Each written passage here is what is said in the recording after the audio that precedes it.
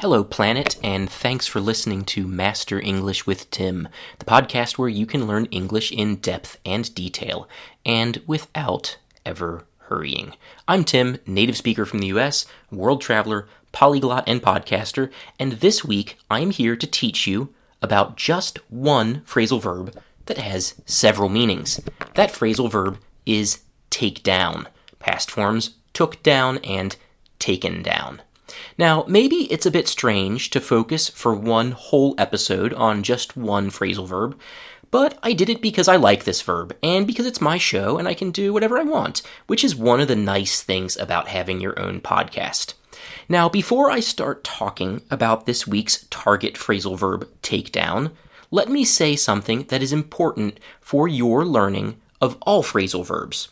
What I want to say is that sometimes you can understand the meaning of a phrasal verb just by looking at and understanding the individual words. For example, fall down is a phrasal verb, but it's really easy. In these cases, the meaning of the phrasal verb often is connected to physical movement.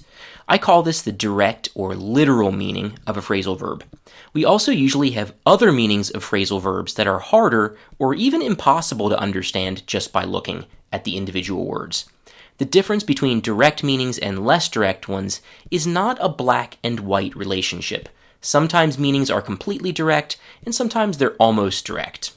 And sometimes they're not direct at all. The first meaning of take down, let's get to our verb take down. So the first meaning of take down is not quite 100% literal or direct, but it is close to that for sure. So if you take something down, it means that you remove something that has been put in a special place so that it can easily be seen by other people. So you can take down signs, you can take down decorations, you can take down internet posts, take down articles, take down videos. Let's look at signs, the example of signs first. So imagine that you own a bookstore and your store is having a sale. After the sale is over, you would take the sign down. Or imagine that you work for the government in the Department of Transportation. Let's say that on one part of the highway, they were widening the highway, and so there were workers on the side of the road. So instead of a normal speed limit of 65 miles per hour, they put up a sign that said that the speed limit was 55 miles per hour. Well, now the repairs are finished, and so you take down that sign that says 55, and you put up another one that says 65 miles per hour again. By the way, I think you have noticed that the antonym of take down is put up. You can also take down decorations. At Christmas time, or during other important holidays, people first put up decorations like lights and Christmas trees.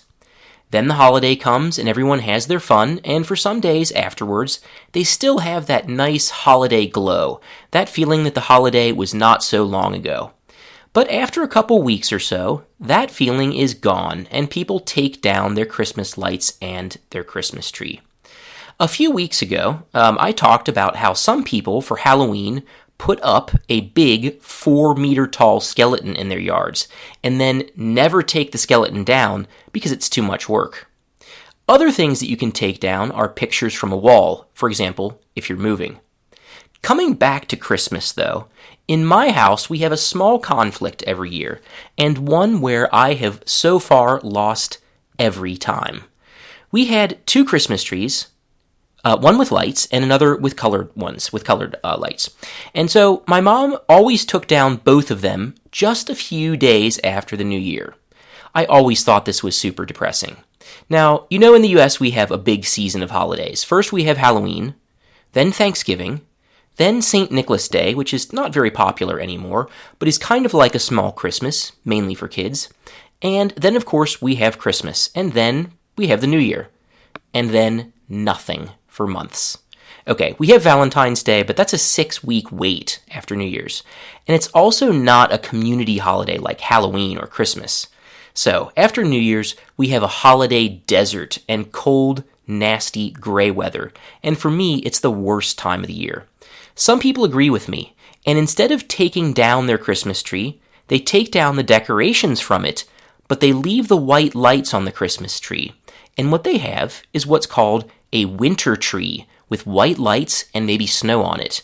So, in my family, I always advocate for a winter tree, and I always lose. I come home one day after work, and the Christmas tree has been taken down. And you know what? It pisses me off, but what can you do?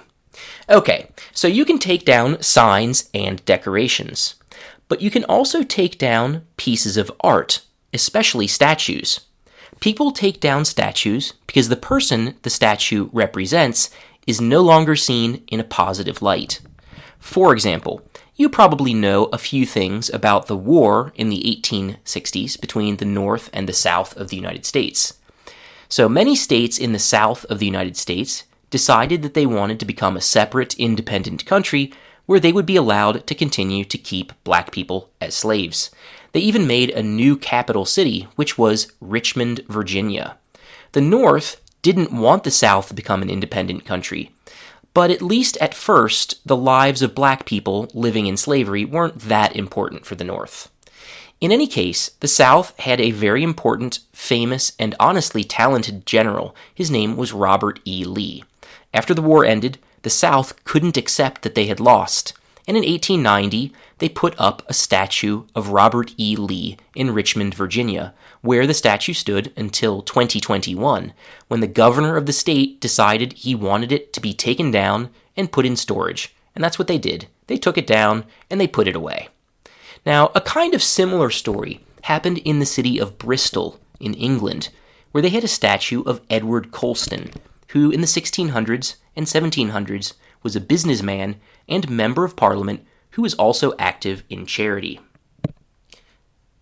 But he also was a person who bought and sold African people as slaves. So in 2020, some protesters took down the statue of Edward Colston and they threw it into the ocean. I'm not from England, but personally I think they did the right thing. On the other hand, I can also see why people think it would have been a better idea to take the statue down and put it in a museum where they could explain what this man had done. If you throw him in the water, well, then people can just forget him. Just a few more examples of the meaning of take down, to remove something that can be seen by people. If you write a sad and embarrassing Facebook post about how sad you are that you broke up with your girlfriend and that she's the only woman you'll ever love, you probably want to take it down as soon as possible. Or if a journalist writes a newspaper article that has lots of important mistakes in it and then puts it on the newspaper's website, they too should probably take down that article. Okay, we have another meaning of take down. Take down also means to stop someone, usually a criminal, from doing bad things, usually by arresting them. For example, in the 1910s and 1920s in Chicago, there was a famous gangster named Al Capone. Maybe you've heard of him.